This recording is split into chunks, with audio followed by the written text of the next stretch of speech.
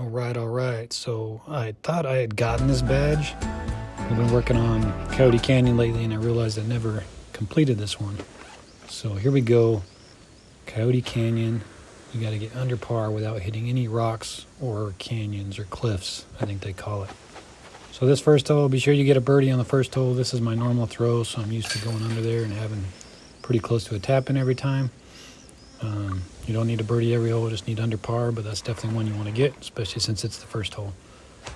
This next one is tempting to go over the top, but we're going to show you the safest way to get this badge, hopefully. So we're going to go river and then river. And then you should have a shot at birdie. And if you don't feel comfortable throwing it in for birdie from outside of the cave, then just lay it up and take your par. You don't need the birdie on this hole. But I feel pretty confident with it, so we're going to go for it. And of course I'm short, but again, you don't need the birdie on this one. Par is fine. The next hole, hole 3, we're going to play it kind of ultra safe. Since there's a lot of risky rocks and cliffs and everything on this, we're going to go putter right through that gap, just full power. And there's not a whole lot of risk here. There's that little rock there. There's the rock formation on the left, but as long as you can go in between those, you're good to go. This next shot, you can either throw a harp or just the putter again. Put a little bit of hyzer on it, and it'll cut some distance for the next shot. This is almost a little too much hyzer. Well, I thought I was going to have to restart. That was close. I don't think it hit it, so I think we're good.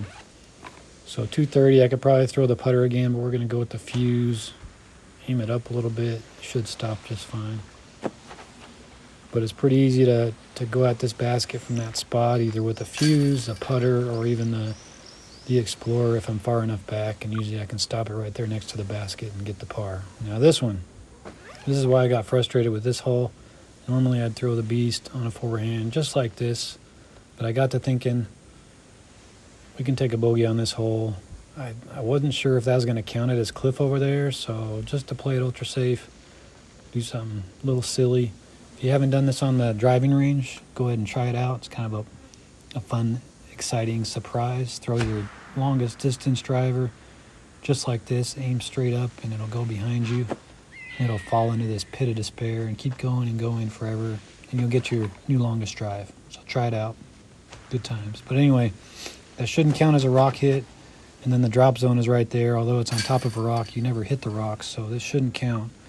Although it's a bogey, again, we got some other holes we can birdie, so that's the hardest hole to get through, especially it being hole number 4. So right here, we're just going to take the putter, throw it right in between those big rock formations, and you're pretty much safe no matter what, unless you do something crazy. From here, we're going to go for birdie on this one. So we're going to go a forehand with the beast, some sort of 10 speed. If you go forehand, it's a pretty safe shot. There's not a whole lot of rocks on this left side over here. So you can get over here kind of close enough to throw it in for birdie. So 64 feet, not too bad at all. Should be able to make that. And we get a stroke back. So that puts us back at 1 down. Again, you could be 2 down if you got the first 2 holes. This one, I just throw my regular shot. I just make sure I stay left of that rock right before the basket. So with this wind, I'm going to put a lot of anhyzer on it, just to make sure I don't go right and hit that little rock by the tree. So this is quite a bit more left than I'm used to throwing, but it's safe, and I still got a putt for birdie. So again, here we get another stroke. All you got to do is be 1 under and finish the round and just not hit any rocks. So just take the easy route. Don't worry about your score. Again, here we're going to throw the putter straight in between these. Try to get a little close to the formation on the left, but not too close to where you might hit it. And we should be far enough down to go putter, and then land nice and soft next to the basket. So 244. We got a headwind, so it's going to be a little tight, but I think we can get it there. Go, go, go, go. Oof, barely. So tap in for par. We didn't need the birdie, so it makes that hole pretty easy. This one, I just throw my typical shot with the river. It's basically my ace run. So try to ace it. But if I miss it, it usually is going long, and I don't have to worry about it hitting any of those rocks in front. Just like that.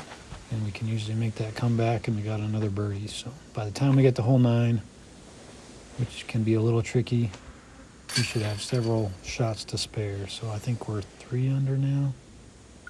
So all we got to do is get a double bogey or better. So we're going to go with the fuse, since just something nice and straight. Won't even be close to hitting the rock way down there. So it's a pretty safe shot. Could probably go the river, but it's a little more risky if you go right or left.